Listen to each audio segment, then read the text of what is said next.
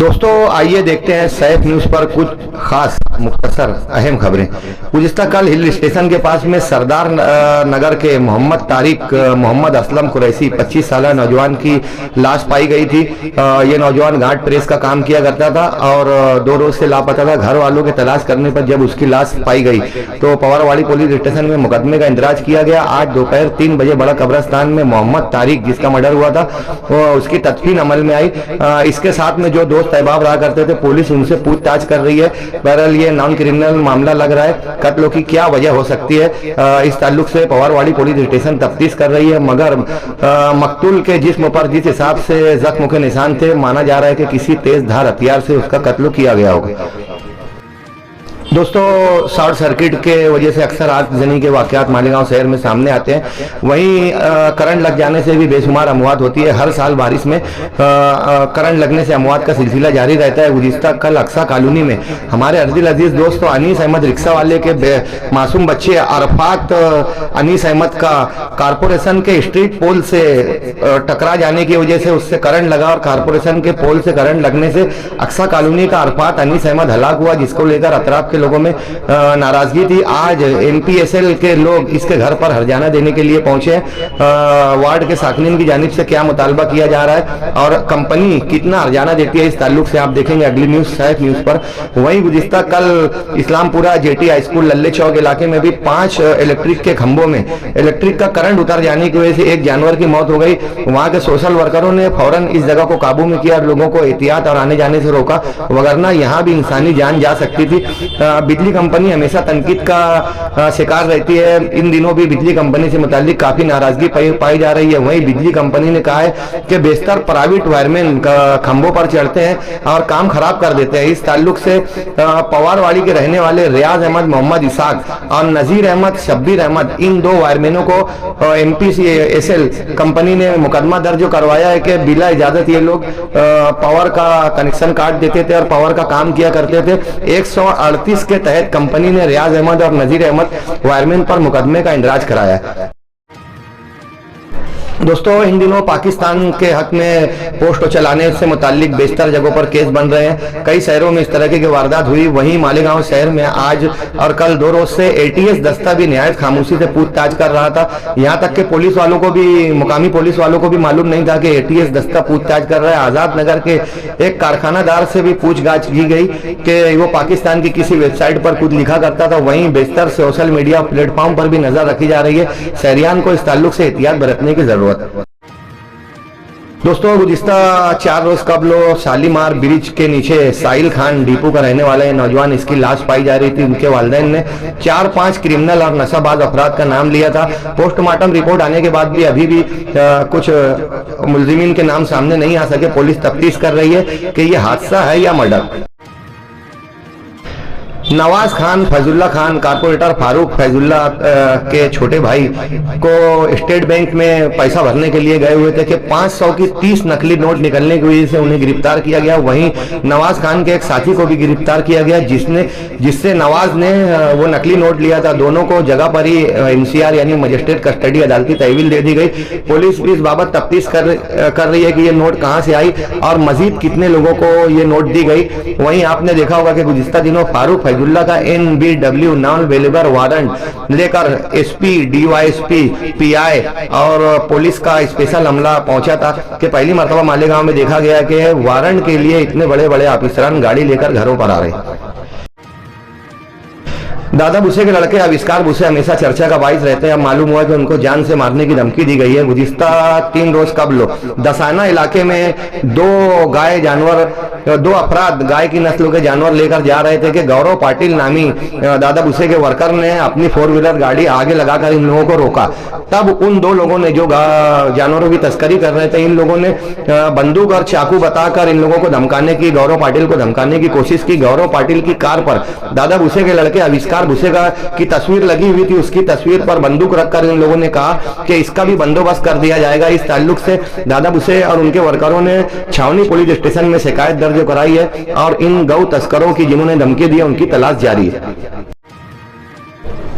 दोस्तों 11,000 कॉलोनी इन दिनों चर्चा का बाइस है कि जहां बेशुमार मसाइल रहते हैं, अवामी मसाइल को लेकर ये इलाके के लोग परेशान रहते हैं, वहीं नशे का प्रमाण भी वहां पर बढ़ रहा है। गुज़िश्ता कुछ रोज कबल एक 11,000 कॉलोनी की एक खोली से 4 लाख रुपए की कुत्ता गोली अयाज नामी एक नौजवान के पास से गिरफ्तार की गई थी। यानी 11,000 कॉलोनी 1 लाख रुपए की बिक रही है और उस खोली में 4 लाख की कुत्ता गोली।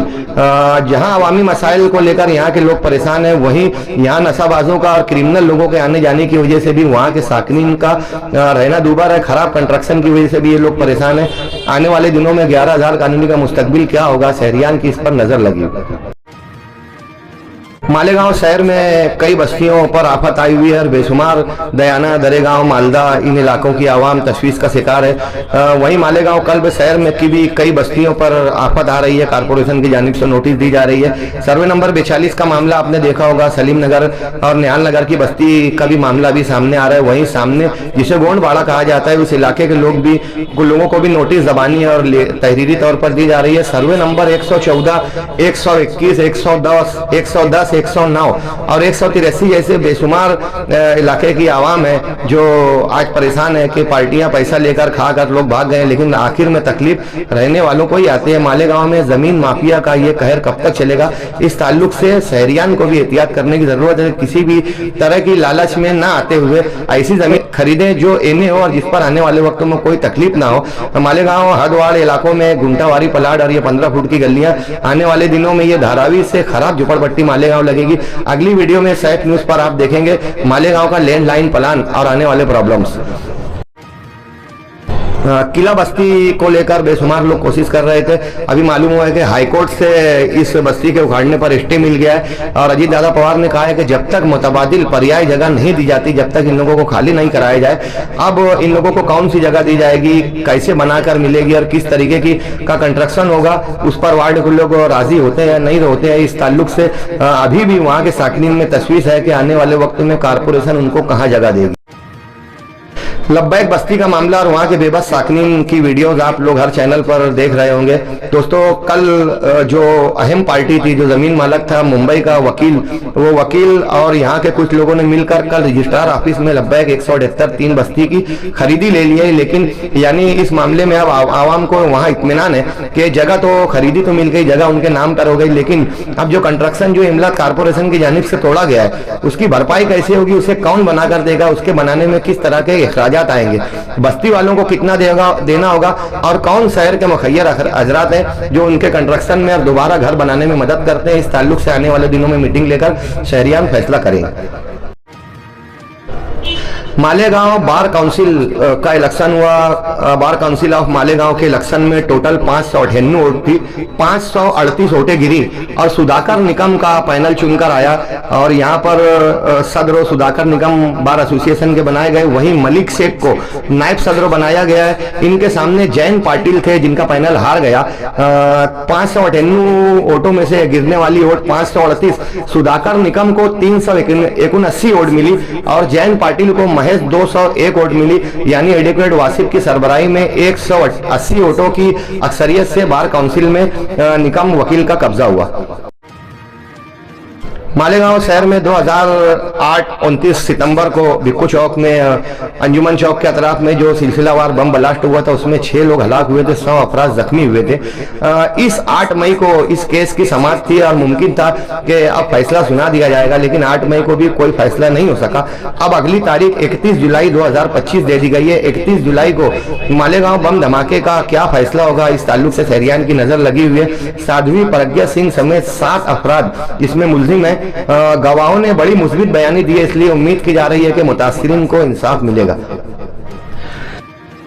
मालेगांव कारपोरेशन इलेक्शन को लेकर शहर में बड़ी गर्मा गर्मी है कि महाराष्ट्र की जिन ग्राम पंचायत मालेगांव महाराष्ट्र की कारपोरेशन और नगर पालिकाओं का इलेक्शन होने जा रहा है। बारिश के सबब ग्राम पंचायत और जिला परिषद के इलेक्शन अभी फिलहाल मुलतवी कर दिए गए हैं। मालेगांव शहर में 100 दिन के अंदर इलेक्शन होने वाला है। इस बात को लेकर कई पार्टियां सरगर्म हुए।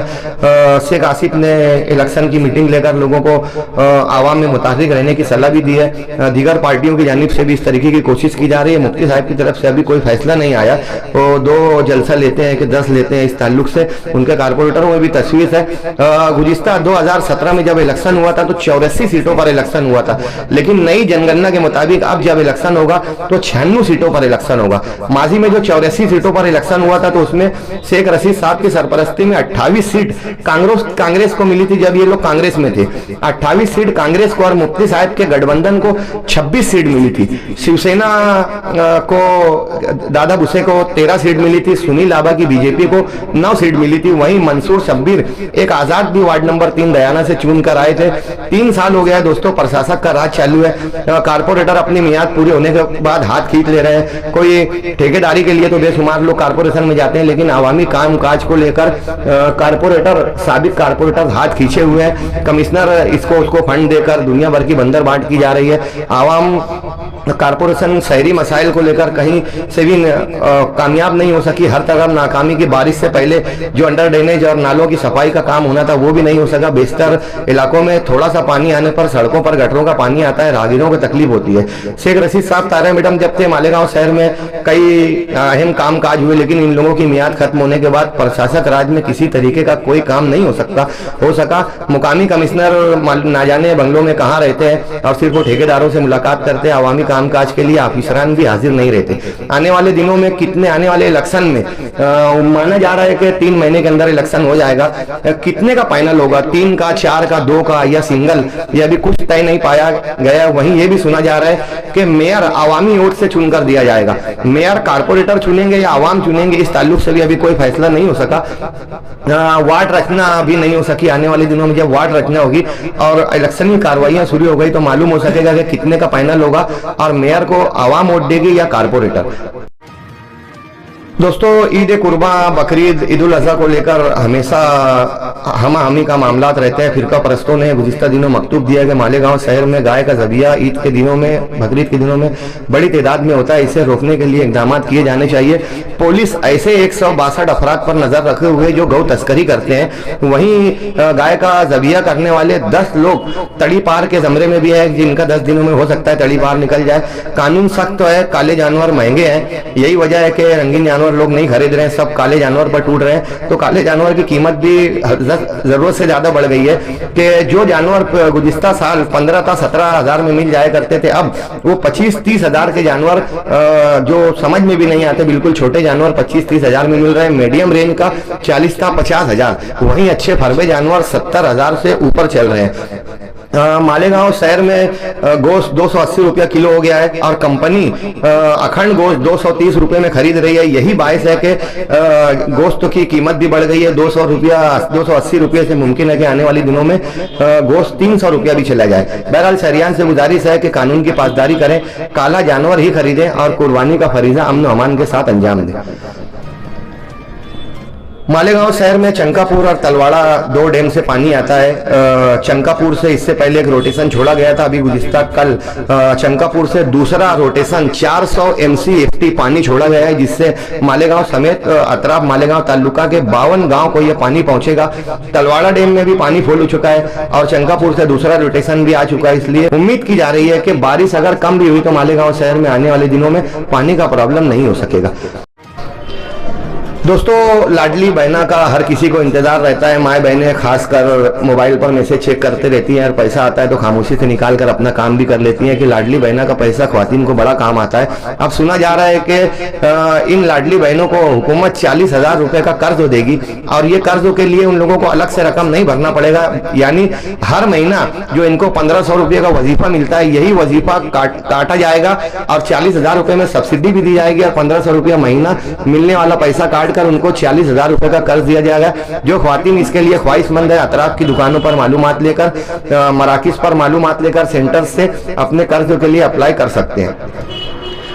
रहते हैं। आइए मालेगांव के करीब धुलिया के हम जानकारी लें कि गुज़िश्ता कल 2 रोज कबल 2.5 लाख रुपए का 10 किलो गांजा यवला के साकिन गणेश परदेसी के पास से धुलिया पुलिस ने जब्त किया। 10 किलो गांजे के साथ गणेश परदेसी गिरफ्तार हुआ, जिसकी मालियत 2.5 लाख रुपए बताई गई। वहीं एंटी करप्शन ब्यूरो ने आनंदा भट्टा पाटिल नामी पुलिस को 2000 रिश्वत लेते हुए गिरफ्तार किया है और उसे सस्पेंड कर दिया गया है। जूना आगरा रोड इलाके में 4 दुकानें जलकर खाक हो गई है। एक बैग की दुकान में आग लगने से अतराफ की 3-4 दुकानों को भी नुकसान हुआ, जिसमें लाखों रुपए का नुकसान बताया जा रहा है। 40 गांव रोड पर चोरी के 2 वाकयात हुए, दरोड़े के 2 वाकयात हुए।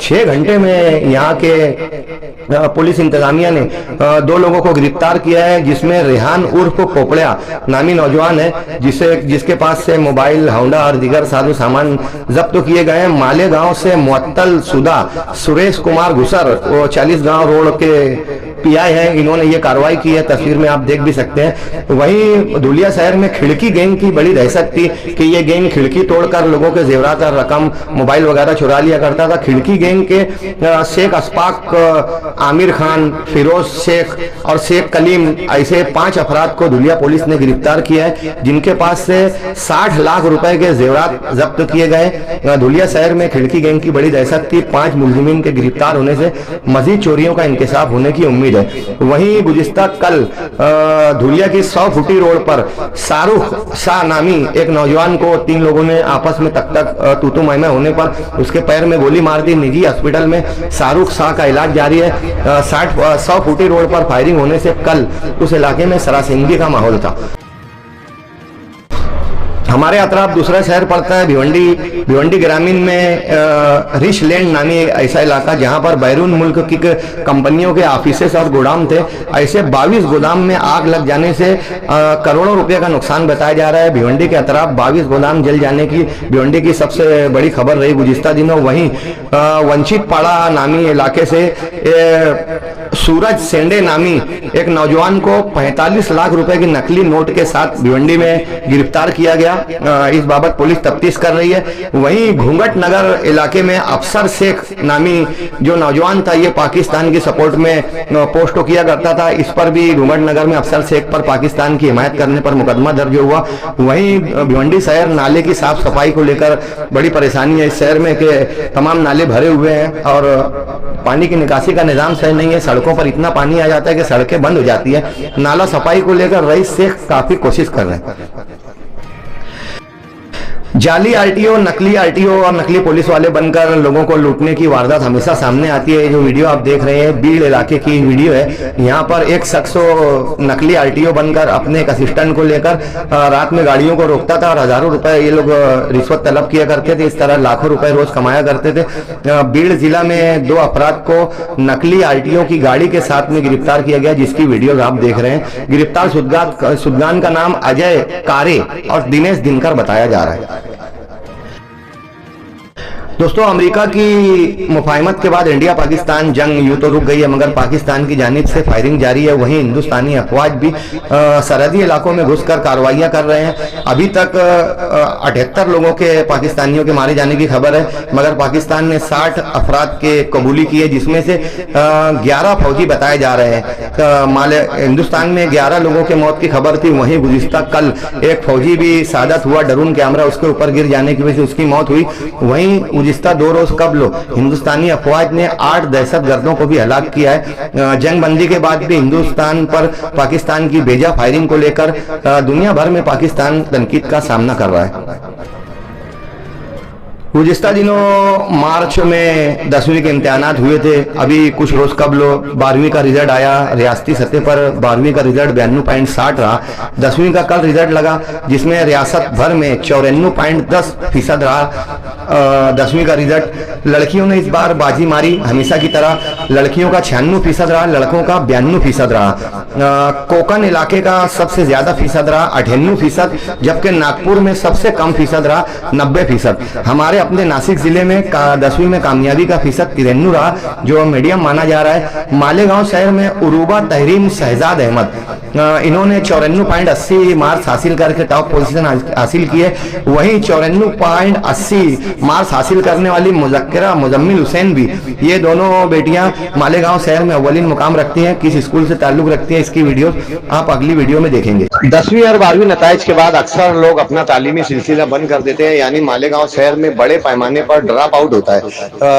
लोगों को चाहिए कि जहाँ 10-12 साल तक पढ़ते हैं तलबा, 3-4 साल अगर और मजीद पढ़ ले, 5 साल मजीद पढ़ ले तो जिंदगी संवर जाती है, वरना मजदूरी में करने में और जिंदगी फिर मुतवस्सित तबके में गुजरती है। इसलिए सोशल वर्करों को हर तबके के शहरियान को ध्यान रखने की जरूरत है कि अपने अतराफ में कोई भी बच्चा 10वीं और 12वीं के बाद में ड्रॉप आउट ना करे, यानी स्कूल जाना बंद ना करे, बल्कि वो आगे अपना आला तालीम के लिए सिलसिला जारी रख सके। शहरियान को इस बाबत बेदारी पैदा करने की जरूरत है। क्रिकेट की दुनिया में विराट कोहली के बहुत फैन थे। जब भी मैचेस होते थे तो लोग विराट कोहली पर नजर जमाए हुए रहते थे। विराट कोहली ने गुज़िश्ता कल क्रिकेट से अलविदा कह दिया। रिटायरमेंट की एक तकरीब मुनक्किद की गई, यानी विराट कोहली अब क्रिकेट नहीं खेलेंगे, जिसको लेकर साइकिल में तशवीश का माहौल रहा। मगर ये बताया जा रहा है कि वनडे मैचेस में विराट कोहली क्रिकेट की दुनिया में अपना मुजाहरा किया करेंगे। दोस्तों, गजा में अमवात का सिलसिला आप लोग अक्सर देखते हैं। गुज़िश्ता कल 50 फलस्तीनी शहरियों की शहादत की खबर थी, वहीं 2 सहाफ़ी भी मारे गए। ये 50-60 का आंकड़ा अमवात का तो रोज चलता है, मगर कल ये तशवीशनाक खबर रही कि गजा में 57 फलस्तीनी बच्चे भूख से मर गए। इसराइल ने जो नाकाबंदी की है, नाकाबंदी की वजह से ग़िज़ाई अशिया और अद्वियात गजा में नहीं पहुंच पा रही है, जिसकी वजह से अब तक 7,000 बच्चे मर चुके हैं। गुज़िश्ता कल 57 बच्चे भूख से मौत का शिकार हुए। 5 लाख अफराद अभी भी गजा में भूख का शिकार है। अमेरिका की हटदर्मी इस तरीके से जारी है कि अब वो अमेरिका को भी अनसुनी कर रहा है, यानी इसराइल किसी भी तरीके से अपनी बर्बरियत से बात नहीं आ रहा है। हमास ने वादा किया कि अगर मुकम्मल जंग बंद हो गई तो जितने इसराइली और अमेरिकी यरगमाली हैं उनको रिहा कर दिया जाएगा। फोन अब हर घर की जरूरत बन गई है। हर घर में हर शख्स के पास एक फोन है, कुछ लोगों के पास 2 और कुछ लोगों के पास 3 फोन भी है। फोन की कई कंपनियां हैं मोबाइल फोन की, मगर एप्पल और आईफोन ज्यादा चलते हैं। इस साल एप्पल ने अपनी फरोख्त में 23% का जायद इजाफा किया है। वहीं गुज़िश्ता 3 माह में आईफोन के 3 माह में 3 मिलियन फोन फरोख्त हुए हैं, यानी आईफोन की मकबूलियत दिन ब दिन बढ़ रही है। दोस्तों, मौत बेशुमार हर तरीके की अलग अलग तरीके की होती है, लेकिन वो मौत जो इबादत करते हुए आए, हर कोई इस पर रस को करता है, हर कोई इसकी उम्मीद करता है कि ईमान के साथ खात्मा हो। ये जो वीडियो आप देख रहे हैं, भाऊ मियाँ मस्जिद की है, नया पूरा हुदूद की, कि जहाँ पर फजर की नमाज पढ़ते हुए हाजी सलीम मास्टर साहब ये नमाज के लिए खड़े हुए और उनको सीने में दर्द हुआ और अटैक की वजह से जाए हादसा पर मस्जिद में ही उनका इंतकाल हो गया। ये वीडियो आप देख रहे हैं। सैफ न्यूज़ इंस्टाग्राम पर भी इस वीडियो को कई लोगों ने लाइक किया।